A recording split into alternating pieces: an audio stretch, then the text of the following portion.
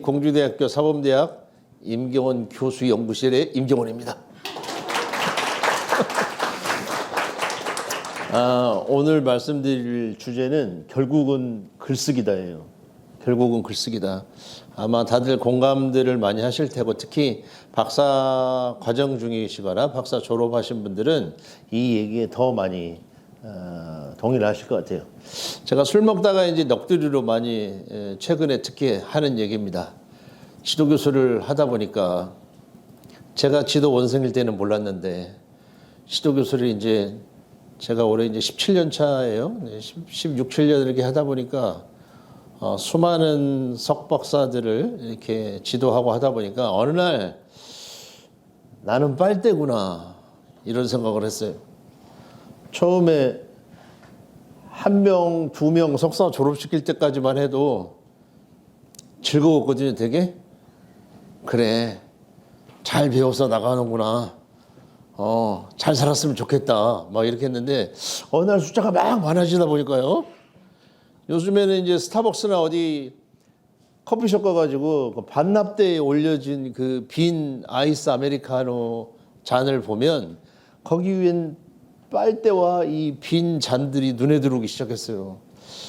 꼭 내 신세 같다. 지도교수는 아이스 아메리카노의 빨대 같은 존재구나.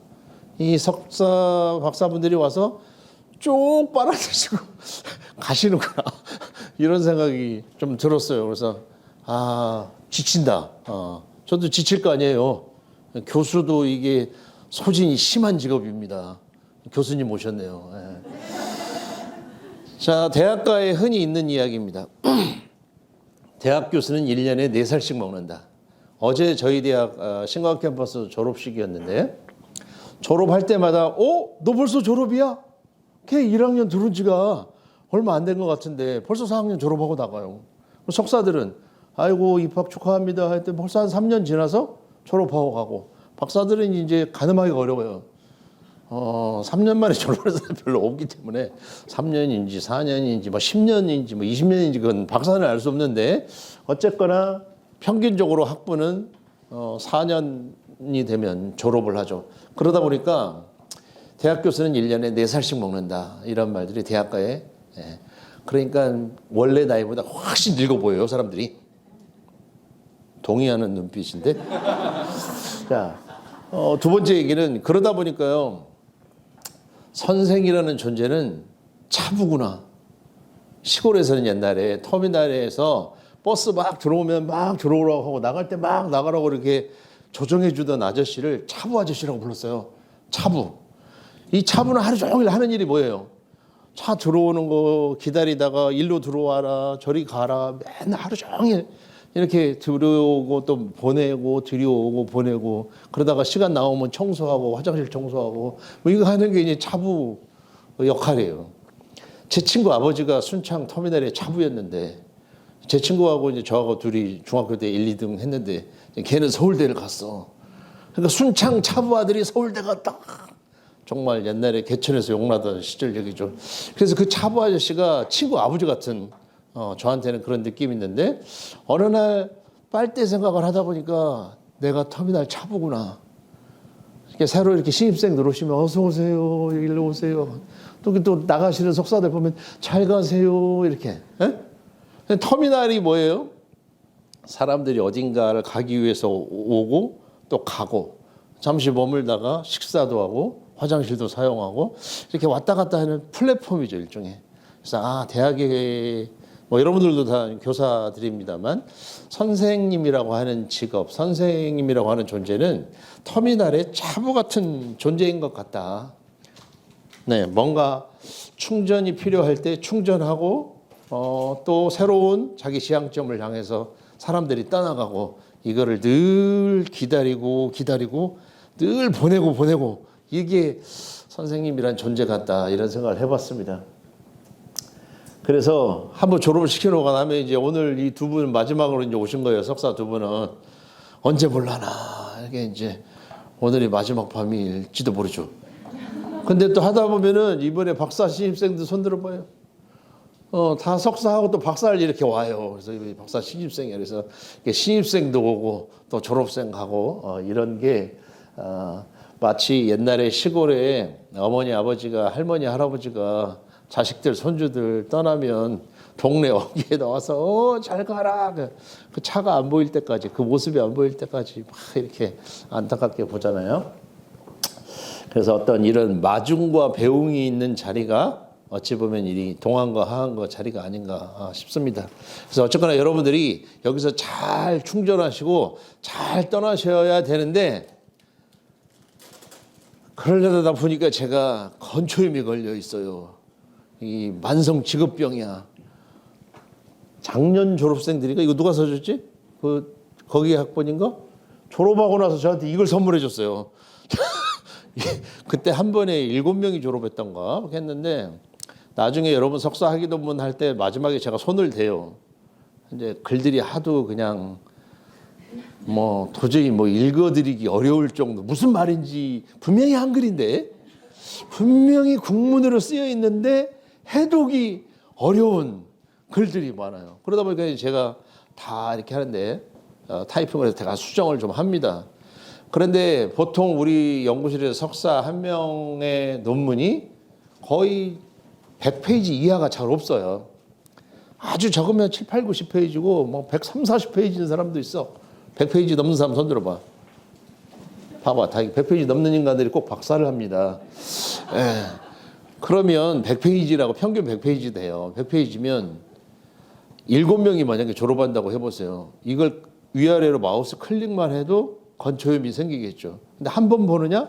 아니에요. 졸업할 때 그 학기에만 한 2-3달 동안 집중적으로 5번, 6번, 7번, 8번 봐요. 마지막 인수하기 전까지.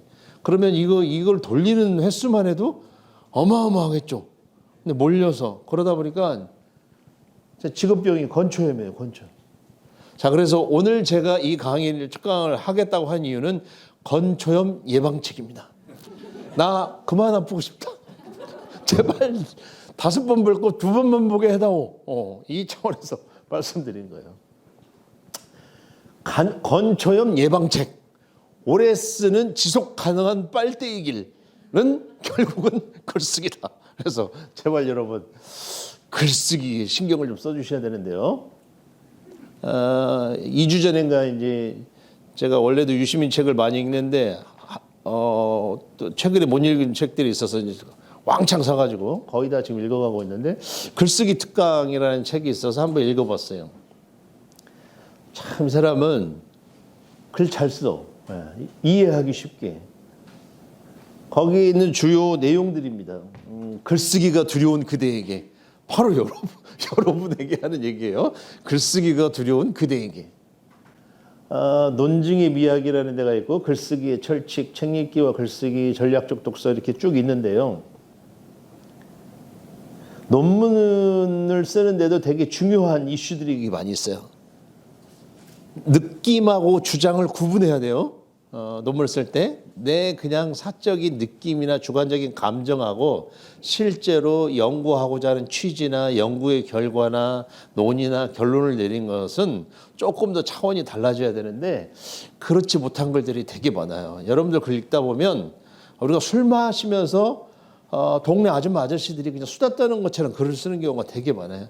그건 이제 평소에 그렇게 하시고 근데 논문에는 학문적인 글쓰기를 좀 하셔야 되거든요. 근데 이 부분이 안 되다 보니까 거의 새로 써야 되는 경우가 너무 많아요. 그래서 여러분이 글쓰기 공부를 좀 하셨으면 좋겠다. 그런 차원에서 말씀드리는 겁니다. 이분이 뭐라고 얘기를 하냐면 글쓰기는 기능이다. 타고난 재능이 아니라는 점이에요. 강조하고 있어요. 나는 원래 글 잘 못 쓰는데 괜찮아요. 여러분 요즘 PT를 받는다거나 이런 분들 있죠. 살을 좀 빼보겠다. 또 헬스 클럽 가가지고 내가 이제 근육을 좀 길러보겠다. 하루아침에 근육이 길러지잖아요. 꾸준히 연습을 해야 돼요. 마라톤 처음부터 42.19km를 뛸 수 없어요. 처음에는 100m, 500m, 1km부터 시작하는 거죠. 근데 글쓰기가 다행스러운 것은 처음부터 잘 쓰지 않아도 괜찮다. 글쓰기는 천재만 할 수 있는 게 아니다. 글쓰기는 성실하면 할 수 있다는 거예요. 늘어난다.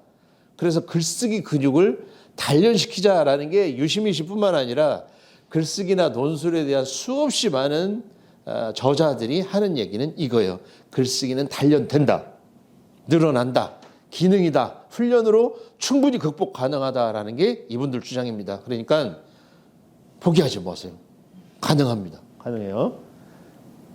발췌하고 요약하는 것에서부터 출발하라는 거예요. 이 사람이 이제 글 쓰는 요령을 다 설명을 해놓습니다. 어떻게 해야 글쓰기를 잘할 수 있나. 그러니까 꼭 읽어봐 주시기 바라요. 책 읽기가 무엇보다 중요하다라는 얘기고요. 그 다음에 못난 글을 피하는 방법, 특히 우리 글 바로 쓰기라든가 이거 정말 중요합니다. 단문 쓰기. 글을 막 중언부언 길게 써야 잘 쓴다고 생각하는 사람이 있는데 가장 글 못 쓰는 사람이 중언부언하는 사람이에요. 어쩌다 보면은 서론을 막 줄여주다 보면은 두세 문단이 한 문단으로 줄어들 때도 있어요. 한 얘기 또 하고 서론에서 본 얘기, 이론적 배경에서 본 얘기, 논의에서 본 얘기, 결과에서 본 얘기가 토시 하나 다르지 않고 똑같이 반복하는 사람도 있어요. 심지어. 그래서 단문으로 쓰는 연습을 해라. 그 다음에 거시기 화법. 아주 추상적인 용어로 구체적이지 않은 거시기 있잖요. 아따 오늘 거시기 하네. 왜 거시기 하지? 아 거시기 하잖아 오늘. 거시기 하고만 그냥 거시기 하세. 뭔 말이야. 아무도 못 알아들어요. 그런데 글도 이렇게 쓰는 분들이 정말 많아요. 미쳐버릴 것 같아 정말 막. 군더더기 없애는 법 이런 것들이 있고요. 또 하나는 글쓰기는 축복이다라는 파트에 재밌는 제목이에요. 사는 만큼 쓴다. 사실은 생각과 말과 글이 거의 비슷해요. 근데 여러분들은 제가 보니까 잘 살아. 정말 열심히 살고 정말 애들 사랑하고 정말 특수교육 열심히 하는 사람들이에요. 보통 열심히 하는 사람들이면 이 연구실에 안 옵니다. 이런 죽음의 길을 이런 사악한 길을 함부로 선택하지 않죠. 여기 들어왔다 또 여기서 졸업했다 대단한 사람들이에요. 여기서 살아남은 거잖아요. 정말 대단한 사람들입니다. 우리 연구실에서 석사를 마치면 농담 아니고 다른 대학의 준 박사급은 돼요. 박사까지는 아니고 준 박사. 최근에 아마 제 기억에 한 5년 10년간 우리 연구실에서 석사 받은 논문이 학술지에 게재되지 않은 게 거의 없을 거예요. 뭐 인간이 실종됐다거나 이러지지 않는 한은 거의 100% 학술대회에서 발표하고 학회지에 게재됐는데 다른 대학, 다른 연구실을 한번 보세요. 박사 논문도 학술지 게재 못하는 경우도 있어요. 진짜. 예. 사는 만큼 쓴다. 여러분 정말 열심히 사는데 여러분이 여러분 현장에서 여러분의 특수교육을 열심히 하고 있는 그 생각, 그 철학을 적어내시면 되는 거예요. 그래서 제가 보기에 여러분은 사는 만큼은 충분히 내가 조건을 갖췄다고 봐요. 나머지는 기능과 훈련이 필요하다 이렇게 보는 거거든요. 그래서 그런 부분들을 좀 일단 가볍게 유시민 씨 글로 출발을 해보세요.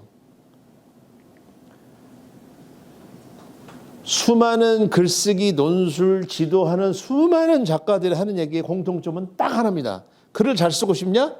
많이 읽어야지. 여러분이 만약에 영화 감독이 된다고 생각해 보세요. 영화를 찍고 싶어. 제일 많이 해야 될 일이 영화를 많이 봐야지. 그래야 영화가 어떻게 구성되나, 어떻게 주인공을, 어떻게 캐릭터를 잡을까, 어떤 환경에서, 어떤 맥락에서 어떻게 풀어갈까. 그게 보여야 자기가 감독이라는 걸 할 수 있을 거 아니에요. 그렇죠? 스포츠 좋아하면 맨날 게임 구경 다니고, 그죠? 선수들 분석해보고 또 연습하고 해야 될 거 아니에요? 아니, 글쓰기도 잘하고 싶으면 글을 봐야죠. 안 보고 어떻게 할 수 있겠어요? 그래서 많이 읽어야 잘 쓸 수 있다. 뭐 불변의 진리입니다.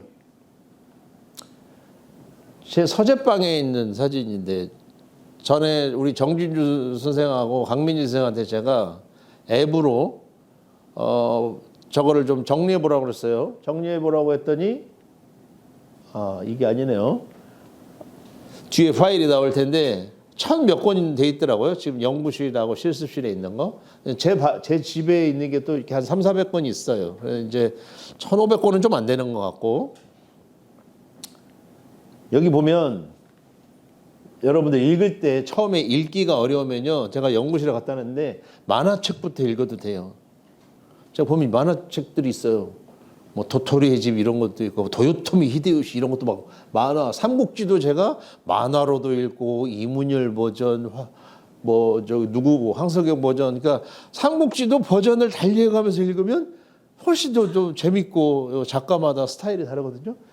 일부러 이런 대하 소설들도 다 읽어요. 문학상 이런 것도 좀 읽고 그냥 읽으면 재밌는 책들이 있어요. 근데 처음 연습할 때 간단한 2권짜리, 3권짜리 이런 시리즈들부터 소설 같은 걸 재밌게 읽어나다 보면 글을 읽는 습관부터 들여야 돼요. 만화책이든 뭐 그림책이든 뭐든 상관없어요. 자기가 관심 있는 분야부터 시작하시면 돼요. 나중에 도서 목록 제가 아직 이거 다 바코드를 못 찍었는데 다 공유를 해드릴 테니까 필요하면 여러분들 빌려가라고 일부러 그렇게 지금 데이터를 만들고 있거든요. 아무 때나 빌려가세요. 제 책꽂이 이렇게 있으면 뭐 할 거야 이거.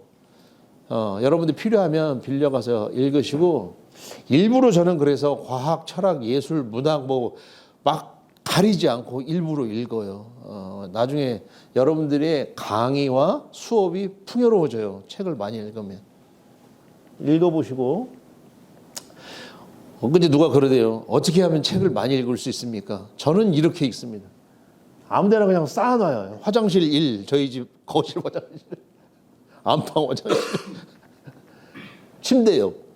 책을 한 번에 일부러 한 5권에서 10권씩 삽니다. 살 때. 한 권을 사지 않아요, 저는. 사놓고 쌓아놔요. 여기저기 쌓아놔. 그러면 어떻게 돼? 되게 부담스럽잖아. 이거 언제 다 읽냐, 이거. 그러니까 화장실에 앉았다 하면 읽는 거야, 이제. 옆에 앉았다 하면 읽는 거야. 요 뒤에 최근에 스탠드, 침대가 뒤에서 불이 안 나오니까 어두침침해서 스탠드를 하나 샀어요. 그냥 가면 읽는 거야, 그냥. 책도 잡다 해. 뭐, 봐봐, 여기는 전공서지. 여기는 뭐 미술, 제가 이제 맨하탄의 모마 미술관이라고 책을 하는 그 작품 해설. 여기는 교육과정 책, 지대 넘얏. 알죠? 지적인 대화를 있잖아. 제사장 거. 여기 유심히 유럽 도시기행. 이런 건 보는 거야, 그냥. 엄청 부담스러워야 돼. 책이 막 눈이 보이는 데마다 책이 막 있어야 돼. 막 차에다가도 넣어놓고 여기다가 넣어놓고 저렇게 넣어놓고 거의 그 빚쟁이가 빚 갚는 마음으로 읽어야 돼요. 근데 그러다 보면 속도가 붙어요. 점점 빨리 읽게 돼. 그러니까 기능이라니까 이거. 이게 이제 우리 정 박사랑 저기 강 석사가 준비한 목록인데 여기 보니까 1056권인가 있잖아요. 지금 이제 집에 있는 거까지 다 찍고 올려놓을 테니까 나중에 필요하면 빌려가세요. 자, 이렇게 많이 읽어야 된다. 그 다음에 처음에 유시민의 글쓰기 특강이나 이렇게 가벼운 책을 읽고요. 이 책은 반드시 읽어야 돼, 이거는. 외워도 돼. 외우면 더 좋아. 고종석의 문장 1, 2권을 꼭 보시기 바랍니다. 고종석 씨는 기자예요, 기자.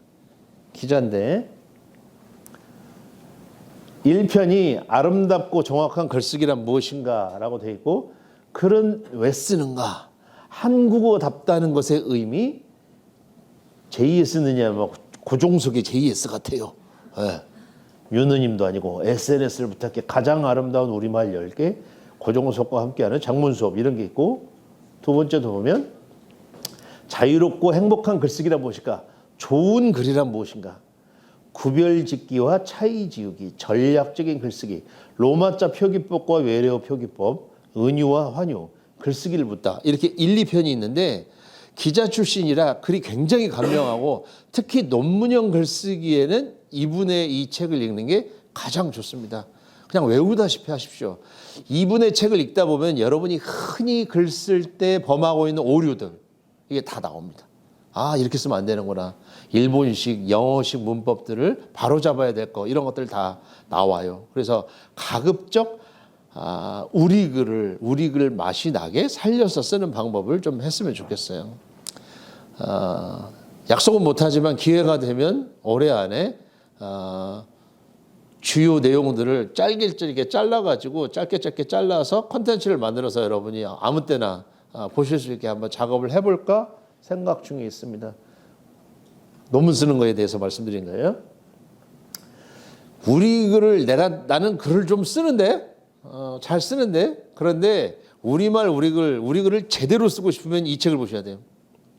이호덕 선생님 평생 초등학교 선생님으로 살다 가신 분인데 글쓰기나 작가들이나 글 쪽에 한다는 사람은 모두 거의 성인급으로 취급하는 분입니다. 이호덕 선생님 글 읽어봤어? 이렇게 정말 우리 글을 잘 쓰시는 분이에요. 이분의 책이 시리즈로 나와 있습니다. 시리즈로. 말과 글은 삶에서 일과 행동에서 나온다. 아까 사는 만큼 쓴다 그 얘기랑 같은 이야기죠. 여기 빨간색으로 이렇게 색칠해 놓은 것만 한번 읽어봅시다. 여기서 이호덕은 아무리 좋은 책이라도 책만 읽어서는 건강한 사람이 될 수 없다. 책을 쓰려면 사람들에게 하고 싶은 절실한 말, 발견한 어떤 귀한 진리가 있어야 된다. 그러니까 여러분이 논문을 쓰는 것도 마찬가지거든요. 여러분의 교실, 여러분의 현장에서 뭔가 자기 일이나 특수교육을 하고 있는 전문가로서 여러분이 난 이 얘기 꼭 하고 싶어. 내가 해보니까 이거 너무 좋아. 공유하고 싶어. 아니면 나 이것 때문에 너무 힘들어. 미쳐버리겠어. 도망가고 싶어. 난 너무 절실해. 이런 얘기를 논문 쓰시면 돼요. 겉으로 보기에 남들이 번드르르하게 좋다고 해서 논문 주제가 되는 게 아니에요. 여러분한테 가장 가까운 곳에서부터 그걸 주제화하고 글로 써나갈 때 논문은 마치 연애하는 것과 같다라고 제가 늘 얘기해요. 정말 여러분의 주제와 사랑에 빠져야 돼요. 사랑하는 사람이 있으면 하루라도 안 보면 궁금하잖아요. 방금 만나고 헤어져서 집에 가서 잘 들어갔어? 막 연애 한참 할 때는 막 통화하다가 자잖아요. 뭐야 자는 거야? 이럴 정도로 잠시도 못 떨어져 있겠죠. 그렇게 논문과 사랑에 빠져야 돼요. 그러려면 그만큼 나한테 매력적이어야겠죠. 그 주제. 내 삶의 많은 부분을 차지하는 것들이 논문화 됐을 때가 가장 써져요. 왜냐하면 괴어있는 생각들이 막 밀려 나오니까 글쓰기를 할 수가 있어요. 말도 삶에서 배워야 살아있는 말이 되고 글쓰기도 물론 그렇다. 자, 같은 얘기입니다. 요 얘기도 되게 재밌는데 이호덕 선생님이 한탄하는 거예요. 온통 영어 배우고 뭐 외국어에 빠져 있잖아요. 그러니까 이제 이 나라의 부모들은 아이들에게 모국어를 가르치는 일조차 아예 그만두었다. 전부 학원만 보낸다. 그 얘기입니다. 말이 아주 변질되면 그것은 영원히 돌이킬 수 없다. 이 땅의 민주주의는 남의 말, 남의 글로서 창조할 수 있는 것이 아니라 우리 말로서 창조하고 우리 말로서 살아가는 것이다 라고 강조합니다. 단 하나 이분 책을 보면 여러분 글쓰기 되게 어려워집니다. 왜냐? 너무 어려워요 사실 우리 글 제대로 쓰려면. 그래서 요거는 심화 버전이에요. 그래서 여기까지 다 따라하지는 않으셔도 상관없어요. 그리고 이제 이분은 지나치게 우리 글을 강조하시기 때문에 일상화된 외래어나 뭐 우리말들을 쓰기까지도 힘들어져요. 이걸 읽으면. 그래서 그냥 읽기만 하세요. 여기까지는 안 가도 상관없어요. 그러니까 핵심은 고정 속의 문장 일리는 꼭 읽으셔야 돼요. 그러니까 지금 단계별로 입문할 때 꼭 봐야 될 거 심화편 이렇게 제가 지금 소개해 드리는 겁니다. 자, 그랬더니 그것도 하기 싫어. 그런 사람에게 추천하는 방법입니다. 주간지라도 읽자. 주간지 읽는 사람은 손 들어보세요. 주간지가 뭔지 모르는 사람은 손 들어보세요. 뭘 물어도 손을 안 들을 사람은 손 들어보세요. 엄마? 진짜 안 들을 거예요? 이 눈치 보는 건 뭐지? 죄송합니다. 한번 손 들려고 안 할게요. 제가 읽는 주간지인데 시사인이에요. 원래 시사저널이 한참 이슈가 있어가지고 시사저널 기자들이 나와서 편집권을 압박하니까 언론 자유를 외치며 나와가지고 시사인이라는 걸 자기들끼리 만들어서 지금 잘 되는데 한 편이 통상 70쪽 내외입니다. 그러면 1년이 한 52주 정도 되니까 1년 읽으면 3640페이지 정도 읽겠죠. 여기 컨텐츠가 굉장히 다양합니다. 정치, 역사, 경제, 문화. 요즘에 보면 이제 요리, 셰프들이 쓰는 글도 있고요. 반려견, 반려묘, 식물, 조류 사랑 이야기, 그다음에 축구 얘기, 야구 얘기, 그다음에 책 얘기, 그다음에 뭐 재밌는 좀 재밌게 사는 사람들 이야기, 뭐 굉장히 다양해요. 그래서 이 한 편을 읽으면 상식이 그냥 저절로 충분해져요, 그냥. 그런데 상당히 일주일에 한 번씩 이거 읽기도 쉽진 않아요. 매주 목요일마다 오거든요. 힘들어. 이거부터 해보세요, 그런데. 그리고 70페이지를 다 안 읽어도 돼. 재밌는 것만 읽어. 꼭 다 읽어야 돼. 재밌는 것만 읽다가 보면 나름 읽혀져요. 한겨레 20일 읽으시든지 비슷합니다. 자, 결론입니다. 보통 습관이 형성되는데 21일이 걸린다고 해요. 우리가 작심삼일도 얘기하지만 모든 것은 습관화하려면요 3주 정도는 꾸준히 가급적 끊기지 않고 매일 반복하면 몸에 밴다고 하거든요. 그래서 먼저 주간지 읽기부터 하시라. 사세요. 여기다가 돈 쓰는 거 아까워하지 말고 1년 정기구독, 뭐 3년 정기구독 이렇게 하는데 저는 3년치 한꺼번에 결제하는데요. 그러면 잊어버리고 있어. 그럼 매주 와. 지겨워 죽겠어. 가끔은 막 힘들어 죽겠어요. 주간지도. 바쁠 때는 주간지 읽을 시간도 진짜 없어요. 그런데 그럼에도 불구하고 바쁘면 몇 페이지는 스킵하더라도 읽어버릇을 하면 읽는 게 습관이 됩니다. 꼭 읽어보시기 바랍니다. 두 번째가 아까 유시민 글쓰기 특강에 나왔죠. 글을 잘 쓰려면 발췌하고 요약 정리하는 것부터 시작해라 라는 파트가 있었잖아요. 논문을 읽고 요약하는 게 제일 좋은 방법이에요. 일단 물론 논문으로 출간된 논문이라고 해서 학회지에 게재된 논문이라고 해서 모두 글이 훌륭한 것은 아니에요. 그런데 많이 보다 보면 구분이 갈 거예요. 아, 이건 정말 논문 잘 썼다. 아, 이거는 학술지에 나오긴 했지만 이 학술지 수준이 의심스럽다. 이런 경우 있어요. 그래서 이제 우리가 학술지 투고할 때도 학술지 수준 봐서 이번 논문이 조금 게재가 쉽지 않겠는데 그럼 좀 수준 낮은 데다가 제가 투고를 하고요. 좀 탄탄하면 센 데다 투고합니다. 진짜요. 그래서 학술지 임팩트 지수나 이런 것들이 그냥 나오는 게 아니라 학술지도 다 분포가 있어요. 센데, 약한데, 중간. 돈 많이 받는데, 적게 받는데, 무료 이게 다 있어요. 그래서 적어도 이틀에 한 번, 가급적 매일 하루에 한 편만 보세요. 하루에 한 편. 하루에 한 편을 어떻게 보냐? 요건 제가 별도의 컨텐츠로 따로 찍어드릴게요. 논문을 어떻게 하면 효율적으로 읽고 요약하고 그 요약 정리한 거를 내가 논문 쓰는데 어떻게 활용할 수 있는가? 이것도 노하우를 알려드려야 되겠더라고요. 그러니까 매번 한 사람씩 얘기하다 보니까 여기 지금 40명이면 40번을 해야 돼. 힘들어 죽겠어. 찍으려고요. 조만간 찍읍시다. 그래서 알려드릴 테니까 일단은 여러분은 간단하게 논문을 읽는 것부터 시작하세요. 첫 페이지부터 쭉 읽으면 5분 안에 큰 깨달음을 얻어요. 큰 깨달음 알아요? 이렇게 가다가 작은 깨달음부터 시작돼요. 이 논문 읽다 보면. 이렇게. 큰 깨달음 뭔지 알아? 누가 불렀나? 아무도 안 불렀는데 혼자 첫 번째 장부터 20페이지 30분까지 읽으면 안 돼요. 다 죽어. 다 자고 있어. 그렇게 해서는 절대 논문을 완전히 읽을 수 없어요. 그래서 논문 읽는 방법이 있어. 그냥 읽으면 안 돼. 처음에는 요약, 초록만 보는 거야. 그 다음에 서론 맨 마지막만 보고 싹 넘어간 다음에 결과 대충 보다가 결론만 살짝 보는 거야. 끝. 5분이면 한 편 볼 수 있어. 그렇게 보고 다시 앞으로 가서 서론 읽어보고 힘들면 쉬어. 그러다가 힘나면 다시 연구본 보고 이렇게 하시면 돼요. 자, 논문을 읽고 요약하는 방법은 다음 편에 다시 말씀드리기로 하고요. 우리 지도원생 카페에 가입하라고 제가 아마 안내했을 거고 뭐 모르면 또 실장님한테 여쭤보시고요. 현재 올려놓은 게 한 160편 정도 있어요. 우리 연구실에 임경원 치면 163개 나올 거예요. 아마 지난달까지. 제가 16년 지났으니까 1년에 평균 10편 정도 됐겠네요.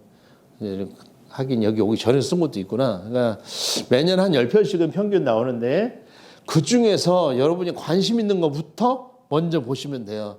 제가 카페에 보면 주제별로 이렇게 분리를 해놨거든요. 2개나 3개 주제에 걸쳐 있는 것은 양쪽 다 올려놨어요. 그러니까 뭐 직업교육이면서 실행연구면 직업교육에도 있고 실행연구에도 있을 거예요. 최대한 하려고 노력을 했는데 아닐 수도 있지만 들어가서 거기 파일이 다 올라가 있으니까 그 파일을 보고 5분씩만 보세요. 그냥 힘이 되면 한 10분 보시고 그냥 이렇게. 자, 그래서 마음에 드는 연구실 논문을 보시고 그 다음에 보통 다 학술지에 게재를 했을 텐데 학술지 논문만 보면 내용을 잘 파악이 안 돼요. 학위 논문을 보셔야 이 연구가 어떻게 진행했는지 잘 될 수 있으니까 기록이 돼 있으니까 보시고요. 그러면서 자연스럽게 학술지 논문하고 학위 논문을 비교해 보시기 바랍니다. 내 연구와 가장 밀접한 연구 방법, 연구 주제에 관련된 논문은 정독하시는 게 좋아요. 그리고 논문의 체제 그대로 요약을 하십시오. 서론 요약, 연구 방법 요약, 결과 요약, 논의 요약 이렇게 해서 한 서너 페이지 정도로 줄여서 한 30페이지짜리 한 서너 페이지로 줄여서 모아두세요. 그리고 모아둔 걸 나중에 이 파트를 나중에 어디다 쓰지? 내가 내 논문 쓸 때 서론의 연구의 필요성을 언급할 때 이 논문을 인용해야지라고 거기다 써놔요. 이건 나중에 연구 결과를 논의할 때 써먹어야겠다. 이건 내 연구의 이론적 배경 어느 파트를 작업할 때 써야겠다. 이렇게 내가 요약하고 발췌해놓고 정리한 논문을 나중에 내 연구에서 어디다 쓸지 용도를 적어놓는 게 중요해요. 그렇게 하면 논문을 너무 처음부터 1페이지부터 막 읽지 말고 요령 있게 보면서 정리하는 습관이 들 거예요. 그 다음에 연구일지 쓰기. 여러분 주제와 관련된 걸 하루에 뭐라도 몇 자라도 그냥 적어 놓으세요. 그냥. 저는 안 적습니다. 참고로. 왜? 연구를 안 하니까. 저는 연구할 때도 적지 않았어요. 제 스타일이에요. 저는 막 꼼꼼히 기록하는 스타일은 아닙니다. 근데 머리에 저절로 기록이 돼서 그래요. 쉽게 말하면 천재라고나 할까. 농담인데 저는 제가 아는데 저는 상당히 머리가 좋은 편이에요. 그래서 이렇게 보면 그냥 머리에 딱 쌓여 있습니다. 이제 이렇게 했다가 나중에 필요할 때 뭐 있었는데 하고 꺼내서 찾아서 쓰지 일일이 기록하는 걸 귀찮아하는 사람이에요. 귀찮을 수 있는 사람은 천재만 가능하다. 적기 싫으면 천재도 아니에요. 내가 천재가 아니다라고 생각하면 머리 믿지 말고 적으세요. 적으셔야 살아납니다. 적자 생존이란 말이 있었잖아요. 적자. 일기처럼 꾸준히 쓰십시오. 이게 글쓰기의 출발점이 될 겁니다. 그 다음에 아까 말씀드린 것처럼 생활 공간 어디든 읽을 책을 펼쳐놔라. 아무거나 10분만 읽어요. 10분만. 10분 이상만 읽어 들어가기 시작하세요. 눈에 보여야 읽는다. 부담스러워서라도. 빚쟁이 된 마음으로. 책빚쟁이. 마지막입니다. 직장 생활해야지. 가정 챙겨야지. 공부해야지. 이 3가지를 2가지 하다가 1가지 더 늘어난 건데 쉽겠어요? 그거 쉬우면 세계 모든 인류가 다 박사했지. 다 연구자하고 다 교수했겠네. 쉽지 않으니까 그 길을 다 마치는 사람이 많지 않은 거예요. 그런데 여러분 대학원 다니다 보면 처음에는 어쩔 수 없이 수업 시간 돼서 왔다 갔다 했지만 다니다 보니까 나름 좀 달라지지 않아요? 나름 활력도 있고 뭔가 에너지도 생기지 않습니까? 그게 자기가 사는 시간, 공간, 문화, 환경이 확장되기 때문에 그렇거든요. 여러분의 시야가 좀 넓어지고 새로운 사람들 만나고 좋은 사람들, 좋은 인간관계, 또 자극 있는 이야기, 고민할 수 있는 거리 이런 것들이 생기다 보면 나름 이게 더 일은 바빠졌고 시간은 더 없고 몸은 더 피곤한데 왠지 확장된 느낌이 있을 거예요. 그 부분이 여러분에게 나중에 두고두고 많은 성장을 일으켜 줄 거라고 봐요. 말과 글과 생각이 같이 움직여요.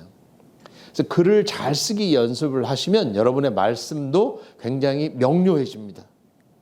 어떤 사람 보면 그렇죠. 말을 시작했는데 아니 그러니까 그래서 어떻게 됐어? 아니 그러니까 어떻게 된 거냐고 결론이 나오는데 2박 3일 걸린 사람도 있어요. 거시기가 난무해가지고 도대체 그 시기가 뭔데? 이런 사람들이 많아요. 여러분 얘기하다 보면 한참을 들었는데 뭔 얘기하는지를 모르겠어. 그 다음부터 그 사람 안 만납니다. 힘들어서. 얘기 듣는 에너지가 너무 많이 나요. 근데 여러분 석사하고 박사 하잖아요. 말이 명료해져요. 그리고 어떤 주장을 하나 할 때도 설득력이 생깁니다. 왜냐? 그렇게 글 쓰는 연습을 했기 때문에 여러분의 사고체계와 말이 달라지고 실제로 우리 1호 박사가 지금 특수교육원 연구사가 됐는데 그 친구가 풀타임으로 2년을 공부하고 박사 졸업하고 갔는데 가서 저한테 현장 돌아가서 첫 번째 한 얘기가 뭐였냐면 교수님 학교 일이 이렇게 아무것도 아닌지 몰랐어요. 막 박사 공부하고 논문 쓰고 학교 가봤더니 공문 처리하고 뭐 하는 게 껌이야 껌. 아이고 이거 잠깐이면 되는 거야. 원래부터 쉬웠나?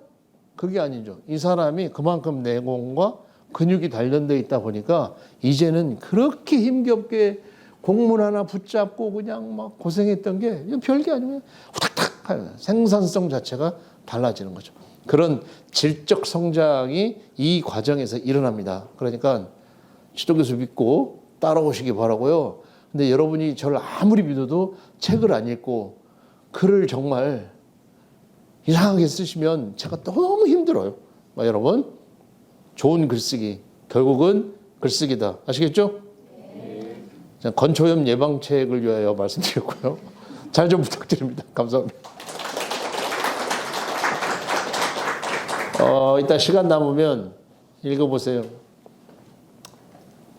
뜨거울 땐 뜨거워라. 공부할 땐 공부 좀 똑바로 해라. 그 얘기고요. 가랑비에 옷 젖듯 콩나물에 물 주듯 꾸준히 글을 적셔라. 이런 얘기입니다. 나중에 한번 읽어보시기 바랍니다. 고맙습니다.